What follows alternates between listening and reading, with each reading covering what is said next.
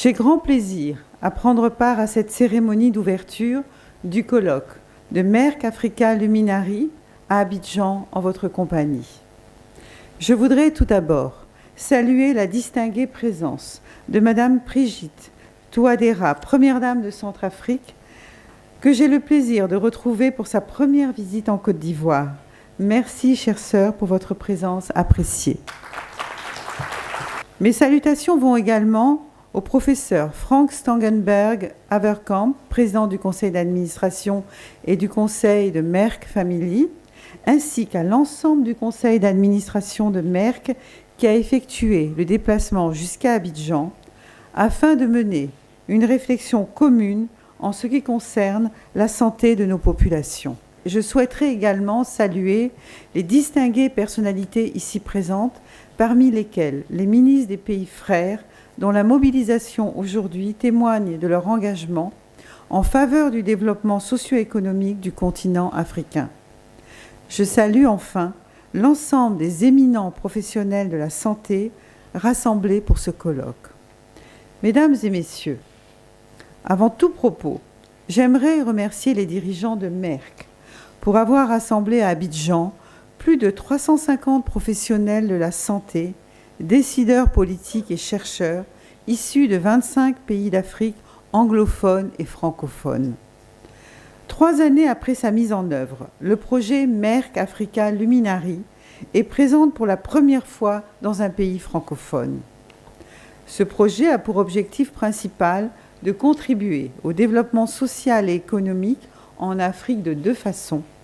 Premièrement, en renforçant les capacités des agents de santé et des structures hospitalières, et deuxièmement, en favorisant des soins de santé de haute qualité et innovants. Ce projet devrait donc mener à l'amélioration de la qualité et à l'accès aux services de soins de santé, spécialement en ce qui concerne le traitement du diabète, de l'hypertension artérielle, du cancer et de l'infertilité.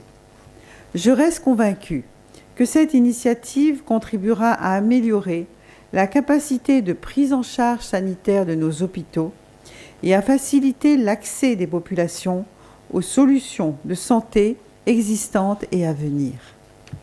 Mesdames et messieurs, dans le cadre de cette initiative globale, la campagne spécifique de lutte contre l'infertilité, baptisée Merck More Than a Mother, a particulièrement suscité mon intérêt. Ce volet relatif à la prise en charge des femmes infertiles sur le continent est en droite ligne avec mon engagement personnel en faveur du bien-être des femmes et de la protection des enfants dans mon pays. En effet, l'autonomisation des femmes est une question prioritaire de mon action sociale.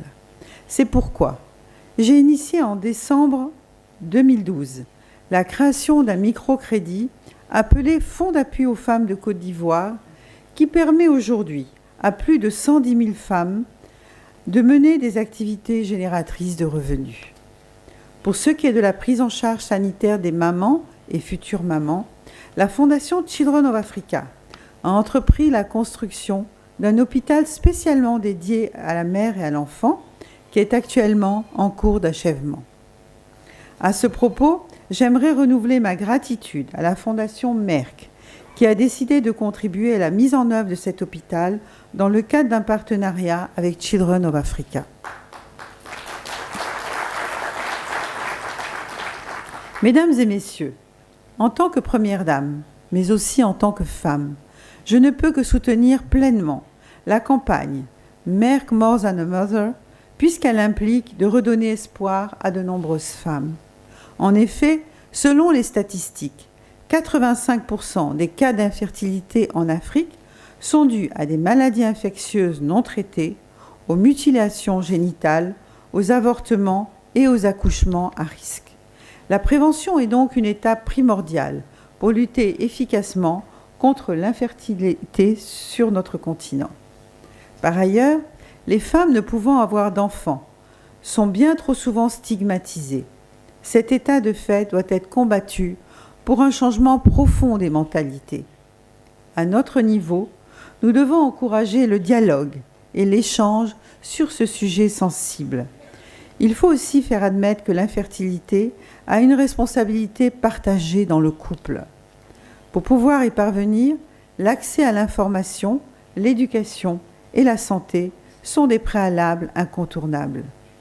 Il est donc important de fédérer nos énergies pour parvenir à de réels changements. Mesdames et messieurs, je reste convaincue que les 2 jours de réflexion que vous partagerez avec vos homologues vous donneront des pistes d'amélioration en ce qui concerne la santé de nos populations et l'autonomisation des femmes. Je réitère mes remerciements aux dirigeants de Merck pour leurs différentes initiatives au bénéfice de la santé de nos populations, ainsi que pour cette campagne de sensibilisation et de prévention de l'infertilité. Mesdames et messieurs, je déclare officiellement ouvert ce 3e colloque Merck Africa Luminari. Je vous remercie.